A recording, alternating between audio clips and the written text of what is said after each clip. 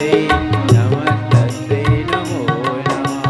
या देवी सर्वभूतेषु वृष्टिरूपेण संस्थिता नमस्तस्यै नमस्तस्यै नमस्तस्यै नमो नमः। या देवी सर्वभूतेषु मातृरूपेण संस्थिता नमस्तस्यै नमस्तस्यै नमस्तस्यै नमो नमः। या देवी सर्वभूतेषु क्रान्तिरूपेण संस्थिता नमस्तस्यै नमस्तस्यै नमस्तस्यै नमो नमः।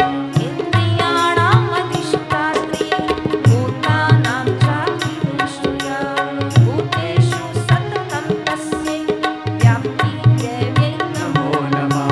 चित्तरूपेण या कृत्सन्मेतद्व्याप्यसाधक नमस्तस्यै नमस्तस्यै नमस्तस्यै नमो नमः।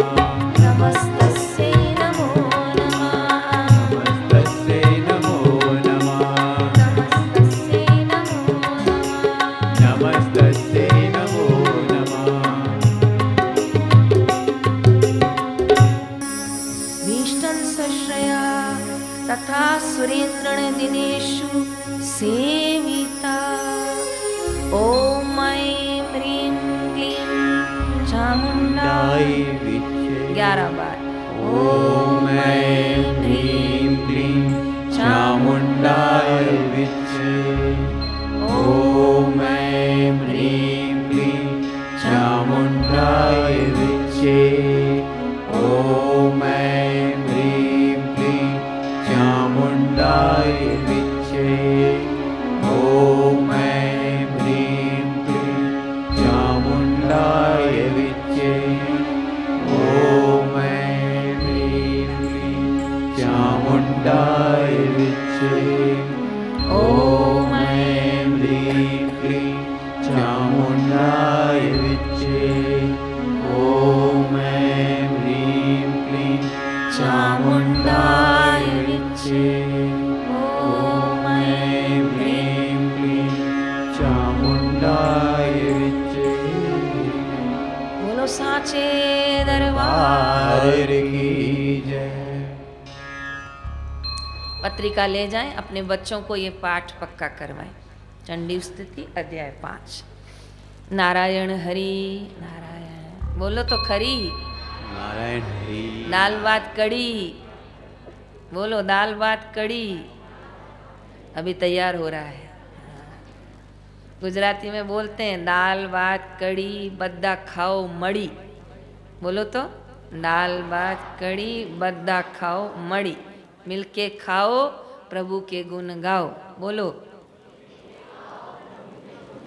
अकेले खाओ छुपा के खाओ ठोस ठोस के खाओ पेट का दर्द पाओ। तो किसी को पेट में दुखे ना तो पूछना भाई छुपा के खाया था क्या। हाँ कई लोग क्या करते हैं रसोई घर में खाना बनाते बनाते खिड़की में मुंह करते हैं फिर पूछ लेते हैं भाई क्यों किया।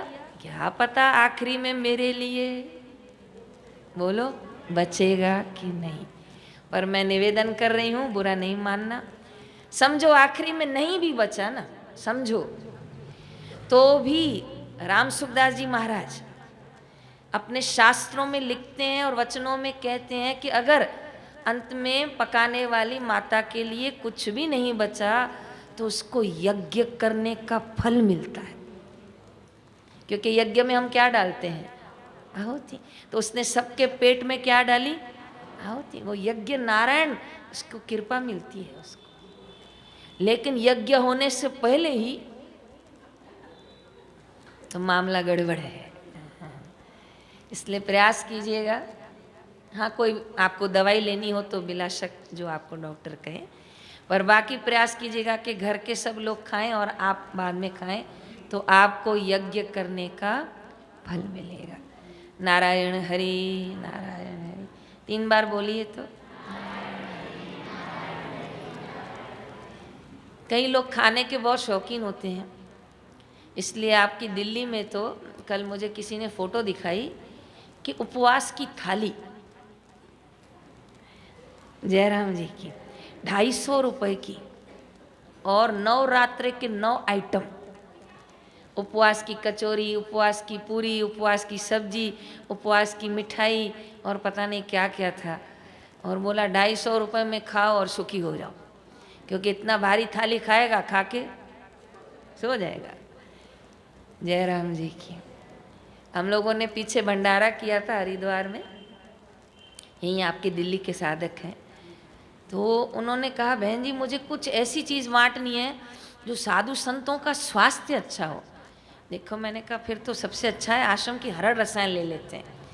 तो हमने पोंटा साहिब आश्रम से हरड़ रसायन की डिब्बियाँ मंगवाई, और गीता कुटीर और जितने भी जहाँ महात्मा लोग भोजन करते हैं हमारे आश्रम में, सब जगह हमने हरड़ रसायन बंटा। और जब संत महात्मा भंडारे में आ रहे थे तो सब्जी तो भोजन तो मिल रहा था, लेकिन क्या मिल रहा था? बोले ये क्या है? हरड़ रसायन। अरे भगवान तुम्हारा भला करे, ऐसा डब्बी पड़े और हमको ऐसा बोले, और फिर आगे जाके बोले ये काम तो आशाराम बापू का ही हो सकता है, ये और कोई नहीं कर सकता। तो एक को तो मैंने खड़ा ही किया, मैंने कहा क्या बोल रहे हैं आप? तो कहा आप आशाराम बापू के शिष्य हैं? मैंने कहा हाँ हैं। आपको कैसे पता चला? कहा ये औषध दवाई हमको बापू के अलावा और कोई नहीं दे सकता।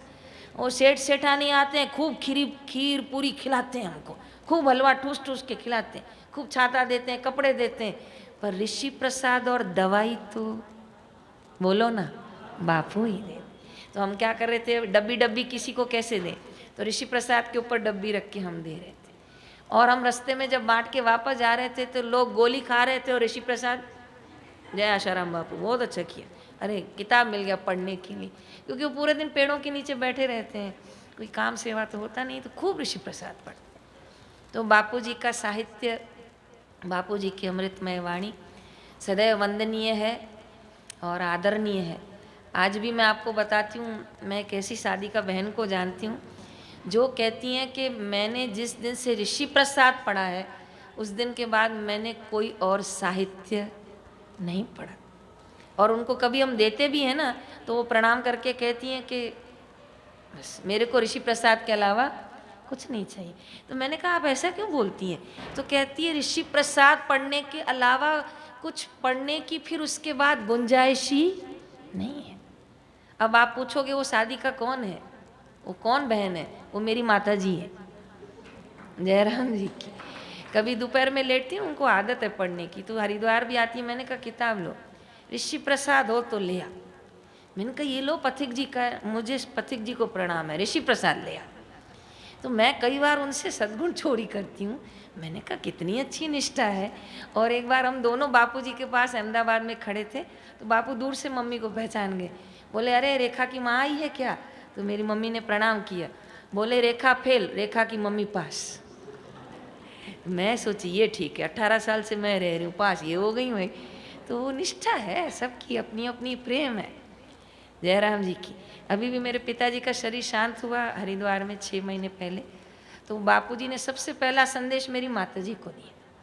कहा माई, ऐसे मतलब माता समझो आप, माई ये तेरे इस शरीर का पति था, तेरा सच्चा पति तो पहले भी था और आज भी है। और रही बात तुझे लग रहा होगा कि इसका साथ छूट गया, तो ये तो संसार का नियम है, किसी की पत्नी पहले जाती है तो किसी का पति।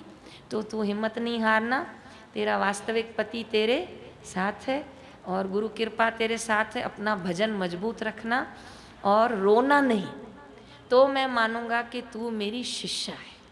ऐसे बापू ने उनको वचन कहे कि वो मजबूती से उन्होंने उस प्रसंग का सामना किया। तो ऐसा हमारे बापू का ज्ञान न्यारा है, ऐसा हमारे गुरुदेव का दर्शन न्यारा है, ऐसा हमारे गुरुदेव का ऋषि प्रसाद न्यारा है, जिसको पढ़ने के बाद साधक कहते हैं कि मुझे कुछ और पढ़ने की जरूरत नहीं है।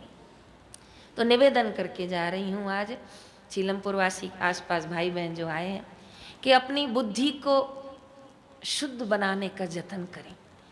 कितनी माताएं इतनी कुशल होती हैं कि कपड़े पे थोड़ा सा दाग पड़ जाता है ना, तो वो दाग वाला टुकड़ा हाथ में पकड़ती हैं, पूरा कपड़ा कंधे पे रखती हैं और दाग वाले टुकड़े को जल्दी से, बोलो माताएं, साफ कर देती हैं ताकि वो दाग पूरे पे फैल न जाए।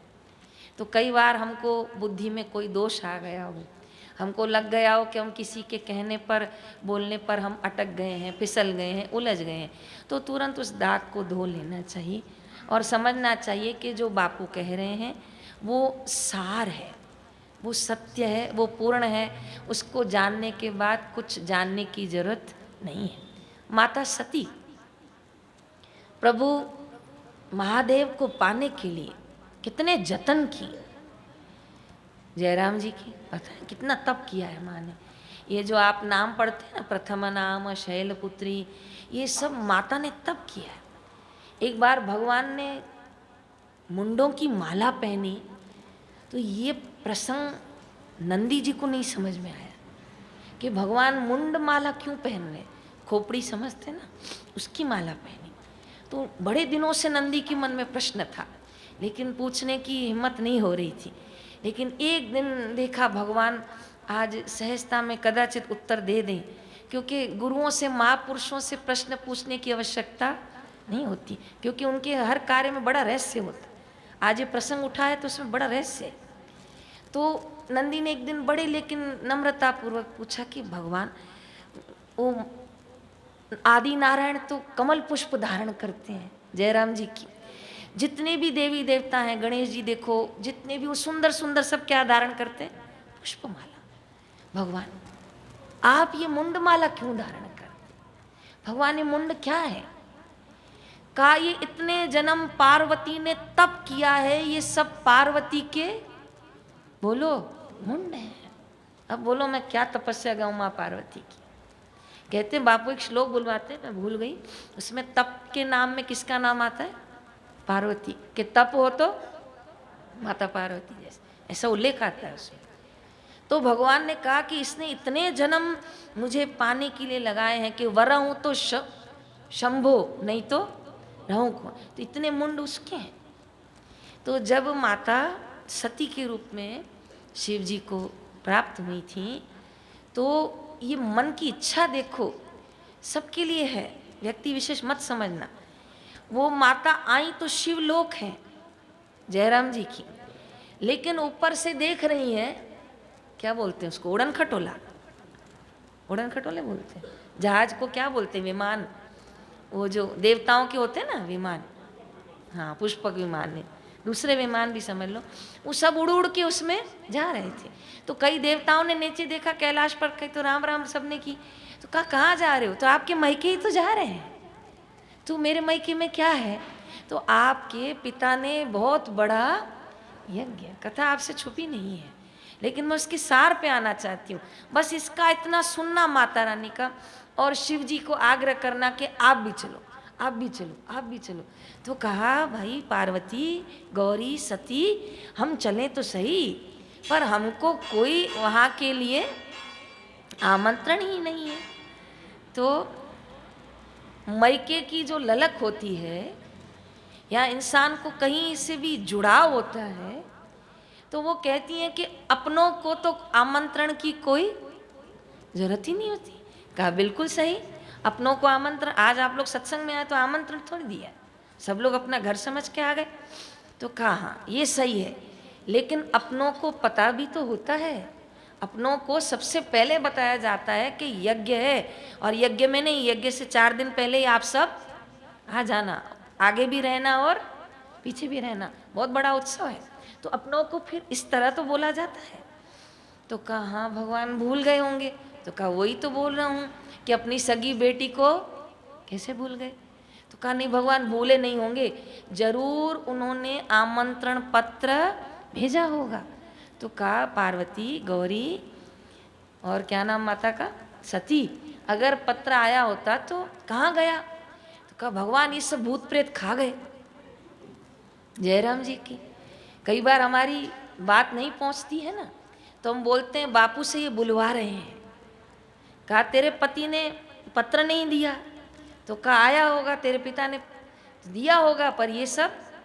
तो बेचारे भूतगण डर गए कि माता हमारे लिए बोली। तो उन्होंने दूर से इशारा किया कि हमने कोई आमंत्रण पत्र खाया नहीं है, क्योंकि पत्र कोई आया ही नहीं है। तो कई बार भ्रांति के वश है ना, लोग दूसरों के ऊपर डालते हैं। आपको इस पीपल पे हाथ रखवाने मुझसे बुलवाना हो तो बुलवाओ, आज पूरे विश्व में किसी की ताकत नहीं है जो बापू से कुछ बुलवा सके। जयराम जी की किसी की ताकत है? खड़े तो हो जाओ स्वामी जी के सामने, ऐसे ही पैर डरेंगे तुम्हारे, आधे तो हाथ डरेंगे, बोलने कुछ जाओगे और बोल के कुछ आओगे। फिर वो पूछेंगे क्या हुआ, बोले पता नहीं वहाँ पर क्या हुआ। कितने लोग व्यासपीठ पर बापू को बोलने जाते थे और खाली हाथ आते थे, क्या हुआ, बोले कुछ नहीं बोल पाए। क्या हुआ क्या, बोले नहीं पता। कोई बोल सकता है स्वामी जी के आगे? थोड़ा दिमाग तो लड़ाओ। स्वामी जी बापू जी हैं वो। आज भी 800 समितियां, 350 आश्रम बापू जी की करुणा कृपा से चल रहे हैं।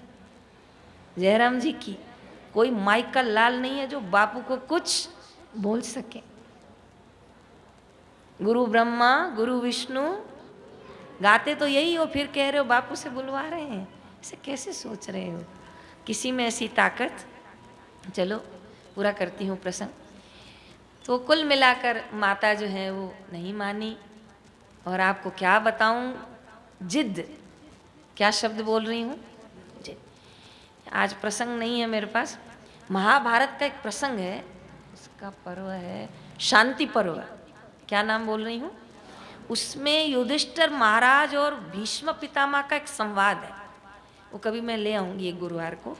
उस संवाद में युधिष्ठिर ने भीष्म पितामह से प्रश्न किया है कि कौन से दुर्गुण हैं जो शिष्य को गुरु से और भक्त को भगवान से दूर करते हैं। वो मैं पूरे ले आऊंगी, 24 उसमें बातें हैं। उसमें एक जिद है, अड़ियलपना, या ये समझो कि अटक गए, फंस गए, तो वहीं अटक गए। तो ये भी भगवान के सम्मुख भीष्म पितामह ने ये अवगुण बताया युधिष्ठिर को। तो माता सती जो है वो अटक गई।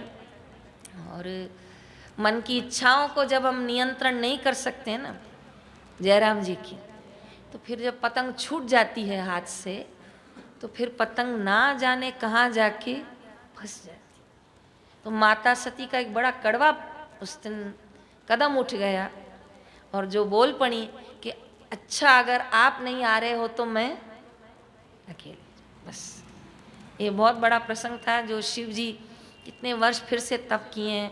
माता पार्वती का जन्म हुआ, उन्होंने तप किया है, नारद जी आदि आदि, फिर देवी देवताओं ने मेहनत की है, फिर ये सब आप जानते हो। मैं कहने का अर्थ ये बोलना चाहती हूँ कि माता सती पति की बात जब नहीं मानी जयराम जी की, और जब घर में थी तो पिता की बात बोलो नहीं मानी, वहाँ पिता की न मानी और यहाँ पति की न मानी, तो उसका अंत आपसे छुपा नहीं। तो मेरी जीवा छोटी, क्षमा मांगती हूँ, लेकिन जब भी कोई व्यक्ति इस तरह बिना शास्त्र युक्त अड़ जाता है, अटक जाता है, तो उसका अंत जो है वो मंगलमय नहीं होता। और नज़र डालूंगी, प्रभु श्री राम के पास माता परीक्षा लेने गई तो शिव जी ने कहा कि मत जाना, वो मेरे इष्ट प्रभु श्री राम है। लेकिन माता को संशय हो गया कि बन बन किस तरह घूम रहे हैं, अगर इतने बड़े हैं, विष्णु के अवतार हैं, नहीं। और भ्रांति का रूप बनाया शिव जी से बात को। बहुत सुंदर शब्द, मैं यही चाहती थी, शिव जी से बात को छुपाए। मुझे फिर क्षमा करना, जब आप घर में कोई बात अपने पति से छुपा रहे हो, जब पुत्री होकर पिता से कोई बात छुपा रहे हो, बहन होकर भाई से छुपा रहे हो, शिष्य होकर गुरु से कोई बात, तो समझना एक माया का जाल तैयार है आगे। क्योंकि वो बीज जो है वो कभी पौधा बनेगा, और पौधा जो है कभी, बोलो माताएं, वृक्ष बनेगा, और वृक्ष कभी, और वो फल बड़े कड़वे होते हैं, जैसा रावण, बड़े कड़वे फल होते हैं। इसलिए घर गृहस्थ में बहुत ज़्यादा किसी के अवगुण और दोषों को छुपाना नहीं चाहिए, कोई समाधान मिल बैठ के उसका निकालना चाहिए। तो वो खूब मना किया लेकिन नहीं मानी, और किसका रूप बना ली? सीता का। तो राम जी तो पहचान गए, लेकिन सीता भी नहीं बोल सकते हैं क्योंकि ये सीता तो थी ही नहीं। और माँ का रूप था तो लेकिन रूप बनाया था इनका। तो क्या किया राम जी ने, बड़े युक्ति युक्त मर्यादा पुरुषोत्तम बीच का मार्ग निकाले और पूछे मेरे पिताजी कहाँ हैं, जयराम जी की, मेरे पिता कहाँ हैं। तो समझ गई हैं माता सती और वहीं से प्रणाम करके लौटी हैं, दबे पांव कैलाश आई हैं, लेकिन शिव जी को कुछ भी बोल नहीं। ऐसा प्रसंग मत होने दो घर पे कि हम घर के बड़ों को नहीं बोल पाए, हम कहाँ गए थे। जहाँ गुरु मना कर रहे हैं वहाँ नहीं जाएं, और जा रहे हैं तो फिर हमें छुपाना पड़ेगा कि हम वहाँ, तो वहाँ जाना ही क्यों जो हमें गुरु और संतों से छुपाना पड़े। जब गुरु जी और संत कह रहे हैं कि हमें को उस स्थान पर बोलो, तो नहीं जाना।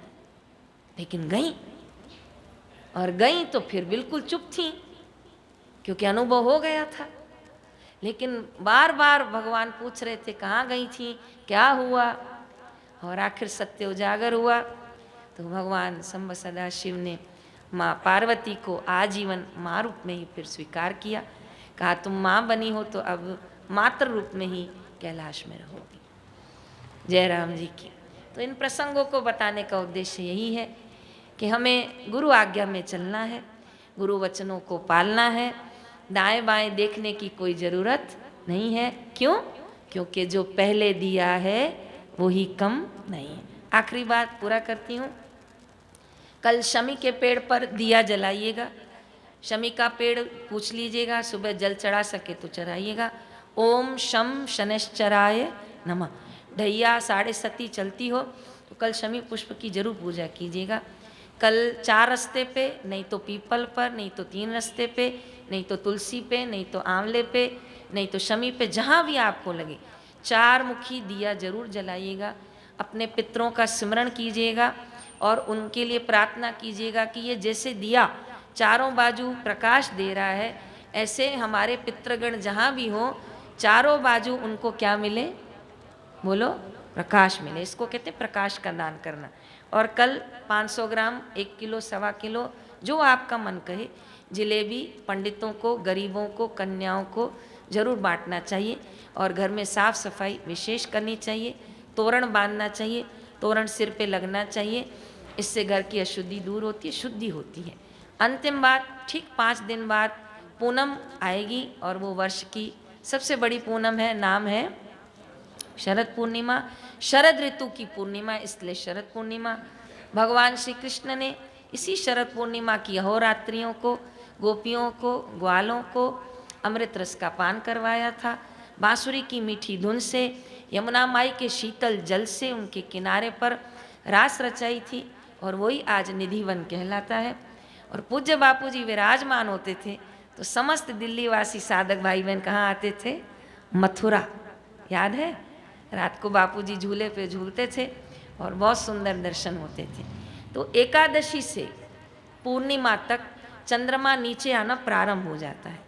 जिनके घरों में, फ्लैटों में, छतों में ऐसी व्यवस्था हो, वो एकादशी से ही चंद्रमा का त्राटक करना शुरू करें। और आखिरी जो शरद पूनम आएगी उस दिन शाम को दूध चावल की खीर बना दें। घर में कोई प्योर सोने की वस्तु हो जिसमें डायमंड आदि ना हो, वो पकते समय डाल दीजिएगा। और फिर उसको पतली चुन्नी एकदम बांध के छत पे रख दीजिएगा। पूरी रात चंद्रमा की किरणों में रहे। सुबह 6 बजे खा सके तो खाइएगा। रात को ही अगर बापू के वचन याद आ जाएं, खीर खाओगे के, तो फिर रात को ही खा लीजिएगा। नहीं तो बचा सको तो थोड़ी सुबह तक बचा लीजिएगा। घर में जो अनाज पड़ा हो, और अगर ऐसी व्यवस्था हो, दिल्ली में है तो मुश्किल कि चंद्रमा की किरणें पड़ती हों, तो ज़रूर से अपना अनाज उसमें रखिएगा। अनार, केले, सेब फल, सीताफल, जो भी घर में पड़ा हो, ड्राई फ्रूट, वो भी पतली पतली चुन्नी ढके या खुले खुले भी। और जो दवाइयाँ आप लेते हैं वो भी उस दिन चंद्रमा की किरणों में रखिएगा।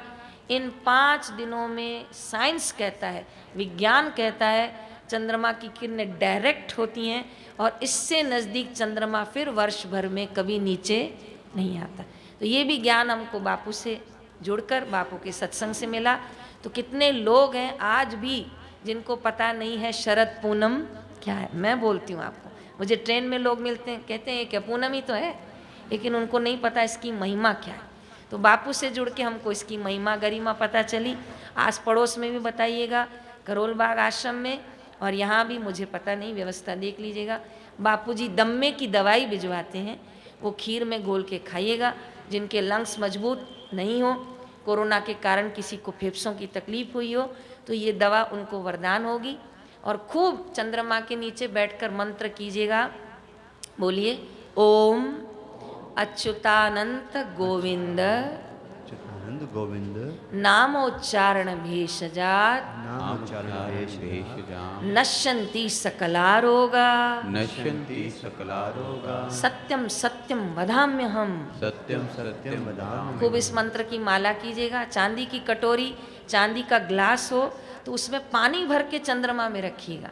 जिनका मंगल बहुत खराब है, जो आग का टुकड़ा है जयराम जी की, बोलो नहीं कि ज्वालामुखी घर पे फट जाता है, समझते हैं ना आप लोग? ऐसे लोग कई होते हैं जिसको अंगार का टुकड़ा कहते हैं। तो वो चंद्रमा की किरणों में चांदी के ग्लास में रखें और वो पानी पिए। और तो आपको क्या बता के जाऊं, बापू के मुख से मैंने सुना है कि बाल्टी भर के भी पानी रखें और उसमें पूरी चंद्रमा की क्या आने दें, हाँ समझ गए, और फिर सुबह उसी पानी से स्नान करें तो चंद्र दोष शांत होगा, शरीर की गर्मी शांत होगी, बुद्धि की गर्मी शांत होगी। ये छोटे छोटे प्रयोग खूब आप लोगों को लाभदायी हैं। इससे आप अपना स्वास्थ्य, आरोग्य, मन, बुद्धि सभी ठीक कर सकते हैं। ये वरदान है शरद पूर्णिमा उस दिन खूब जब साधन भी करें, और अगर आंखें साथ दें तो सुई को ऊपर करें और उसमें क्या डालें, धागा डालें, पर फल, दूध, खीर, पानी और औषधियाँ, और अगर बापूजी के आश्रम में वो मिल जाए, क्या कहते हैं, बादाम नहीं होता है, क्या बोलते हैं भैया, मामरो बादाम, वो मिल जाए, और बच्चे कोई कमज़ोर हों तो उनका वो भी रख दीजिएगा। एकादशी से रख सको तो बहुत अच्छा, नहीं तो कम से कम 19 और 20 तारीख को तो रखिएगा। उपवास की रात, उपवास का दिन 20 का है, पर शरद पूनम की रात्रि 19 की है, तो आपको 19 रात को त्राटक और ये सब रखना पड़ेगा। अब घड़ी का अलार्म बज रहा है और मुझे कह रहा है कि सत्संग पूरा किया जाए। आंखें बंद, भगवान नाम जप करेंगे।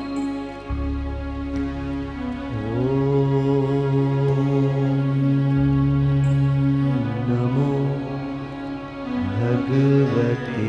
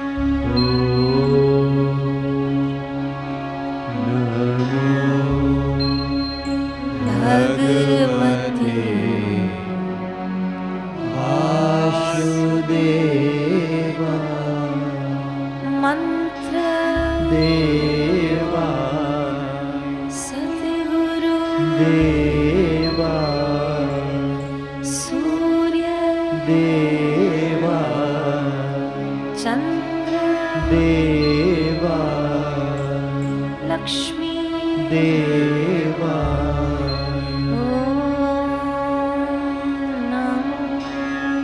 भगवती वासुदेवा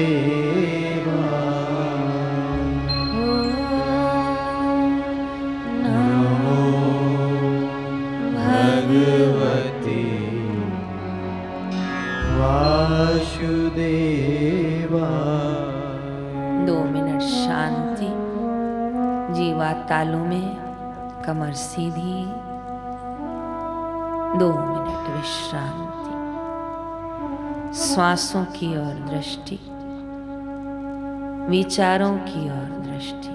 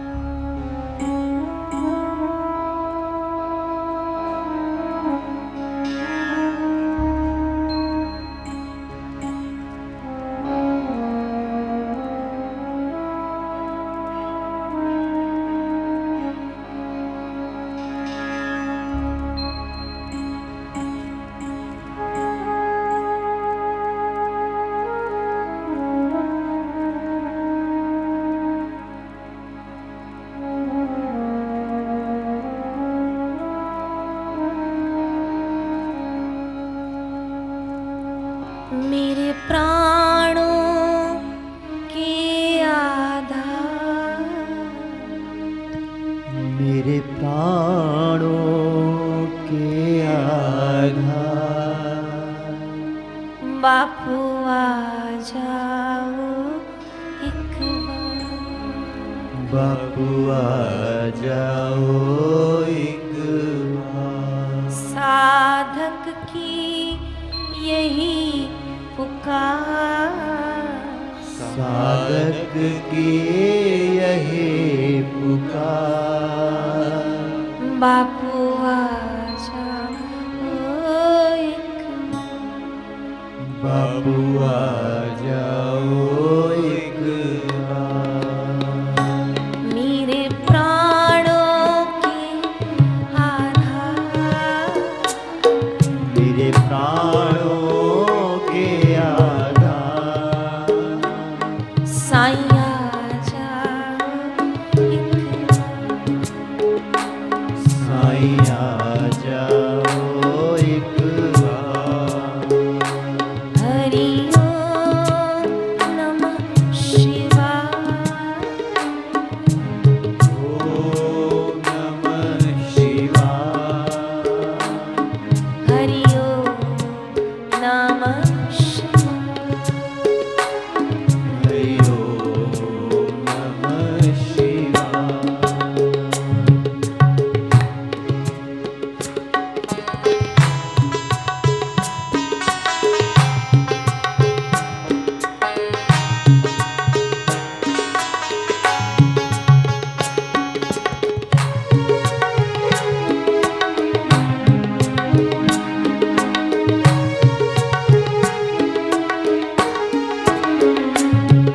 ये प्यासा मन मेरा तरस रहा, ये प्यासा मन मेरा तड़प रहा, बिन सावन की बरस रहा, बिन सावन के ये बरस रहा।